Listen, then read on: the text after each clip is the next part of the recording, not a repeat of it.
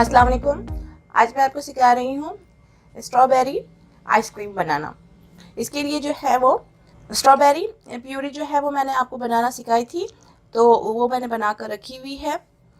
इसको ब्लेंड करके मैंने रख दिया था और थोड़ी देर के लिए इसको मैंने पका लिया था, जिसकी वजह से ये 1 हफ्ता 15 दिन ईज़िली आपके फ्रिज के अंदर स्टोर रहती है, ख़राब नहीं होती। इसके लिए मैं व्हिप क्रीम यूज़ कर रही हूँ। ये भी मैं हाफ कप यूज़ करूँगी।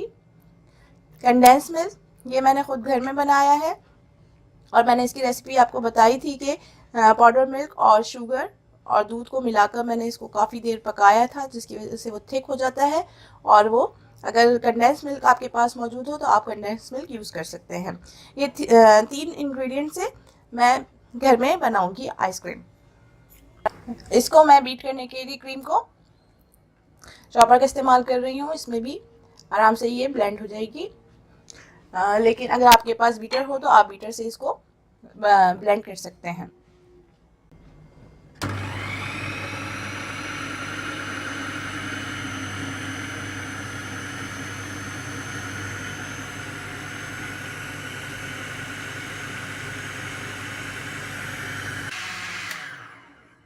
अब आपको इसको इतना ब्लेंड करना है कि ये इसका वॉल्यूम जो है डबल हो जाए।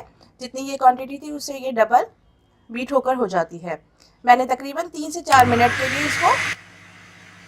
अब इसके अंदर मैं कंडेंस मिल्क ऐड कर रही हूँ। हाफ कप जो है कंडेंस मिल्क इसमें ऐड कर दें।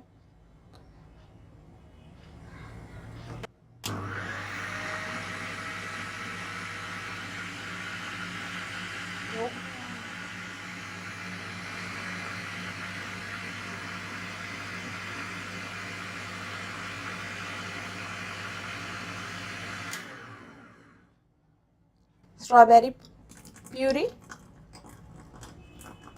Half cup.